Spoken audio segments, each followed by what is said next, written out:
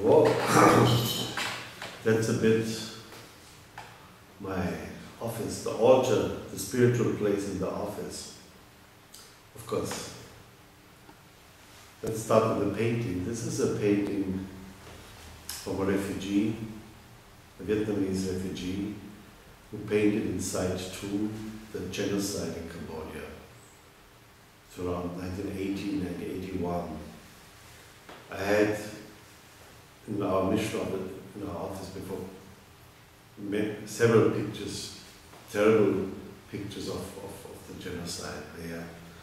But this particular picture, it's a refugee child, and this picture traveled like a refugee. It came to the Rome office in the 80s. Father Dieter Scholz, the first international director, had it in his office.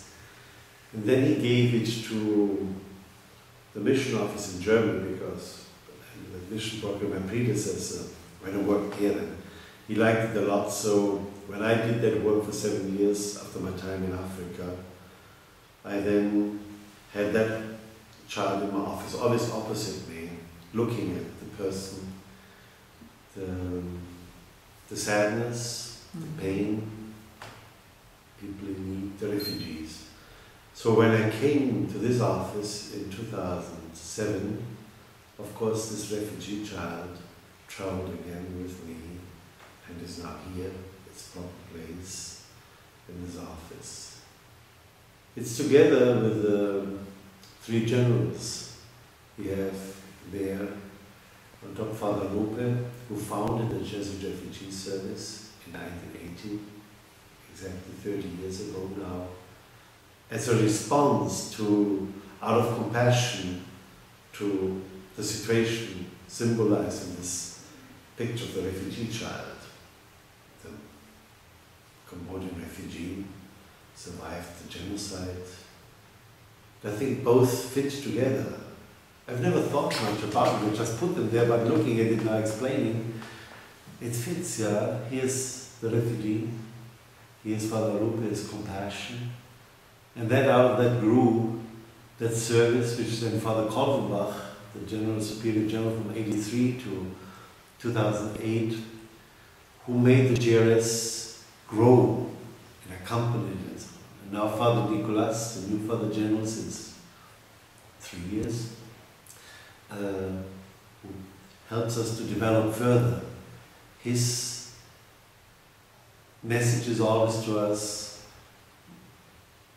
go to the depth and find creative answers to the new needs, because the context has changed. We're facing other situations now than 30 years ago. At that time it was the situation of the Vietnamese, Cambodian both peoples, the Cold War, more in a certain way refugees with a high political connotation, many were then also resettled. It's not anymore like that. Refugees are not anymore so wanted in the world, and asylum seekers, Europe is closing itself up and so on, and then the issue of environmental displacement is coming, so we are faced with new challenges, but Father Nicolas has responded with depth, keep the depth what Arupe gave us, maintain that identity, and I would say maintain that compassion, and respond with creativity to the new needs. And then you have 4 people who stand for many others, who gave even their lives out of this service in compassion and feeling with refugees. You have a brother from Italy who was killed together with the Apostolic Nuncio in Burundi in the year 2000. Then, when I started, it was in September 2007, Father Ranjit was killed in Sri Lanka, and Father Albrecht, another Jesuit from Indonesia, got killed in East Timor in September 1999, and Richie, a young Jesuit from the Philippines, he died in Cambodia after the war because somebody was rather frustrated, threatened a young man, threatened a class of young people, landmine survivors partly, with a hand grenade, and Richie pulled him out of the classroom, but then the thing exploded and he died in that. And we have a couple of other people who have given their lives, driver in North Uganda. Then, we have also this statue there, this praying person without head. I found that in a church in Rwanda after the genocide in February 1995, 10 months after the genocide, still everything lying around, blood on the walls and everything destroyed. And here was the statue lying, and I took it. It's a heavy wood, but I took it along. It's for me the symbol, because by then my work with the Jesuit Refugee Service started. I joined the GRS in 1994, and it's for me that situation which had that impact. And I think all what is a driving force is always the compassion, the impact, and to be touched by the motivating. This is what Jesus always, he says. He felt compassion with the people, and then he committed. Then he performed a miracle. And I think it's not so different.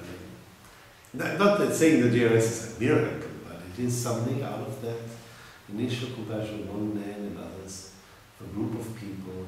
Something new was born, which gives a service for many, many people, and has an impact on the life of many people who have been refugees. There's one more photo down there, more recent, because a man went ahead of us, Father Paul Locatelli, a man who was inspired. I didn't work for a long time with him, because his time here in Rome was short. But he inspired, encouraged also that idea, bring higher education to the poor people. He had that, so I leave him there. It's an inheritance, it's somehow to fulfill his mission, his inspiration, what we're working on now, 30 years later, to use for the resources what the Society of Jesus has to bring education to refugees. What also was the dream of Father Rupe. He wrote it in his letter in 1980, that also the universities should help through research, education, and advocacy, and analysis of the causes of refugees to make a contribution.